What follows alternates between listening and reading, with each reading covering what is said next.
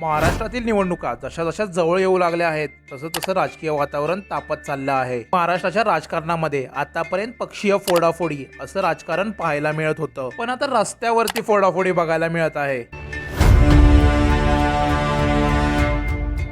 अशातच प्रकाश आंबेडकर यांच्या विधानानंतर राज्यातील राजकारण आणखीन तापलं आहे। तर नेमका विवाद हा आहे की काही दिवसांपूर्वी जितेंद्र आव्हाड यांनी खासगी वाहिनींशी बोलताना महाराजांचे वंशज छत्रपती संभाजीराजे यांच्याविषयी वादग्रस्त वक्तव्य केलं होतं। त्या वक्तव्याच्या निषेधार्थ गुरुवारी जितेंद्र आव्हाड यांच्या गाडीवरती संभाजीराजे छत्रपती यांच्या समर्थकांनी हल्ला केला। घटना होते तोपर्यंत इकडे मनसे प्रमुख राज ठाकरे यांचा उल्लेख सुपारीबाज असा केल्यामुळे अजित पवार गटाचे नेते अमोल मिटकर यांच्या गाडीची फोड मनसे कार्यकर्त्यांनी केली। सुसंस्कृत अशी महाराष्ट्राची असलेली ओळख या घटनेमुळे खराब होत आहे असे वाटत आहे। घटनांवर आता वंचित बहुजन आघाडीचे प्रमुख प्रकाश आंबेडकर यांनी या घटनाच्या पार्श्वभूमीवर म्हटले आहे की चिल्लर लोकांच्या गाड्या फोडून काही फायदा नाही।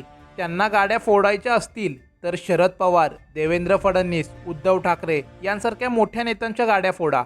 चिल्लर फाडणाऱ्यांच्या काय गाड्या फोडतात? चिल्लर फाडणाऱ्यांच्या गाड्या फोडून काहीच होणार नाही। तुम्हाला गाड्या फोडायच्या असेल तर 4 माणसांची नावं देतो, त्यांच्या गाड्या फोडा। शरद पवार, दुसरा देवेंद्र फडणवीस, तिसरा झाला उद्धव ठाकरे झाले, फोडा त्यांच्या गाड्या।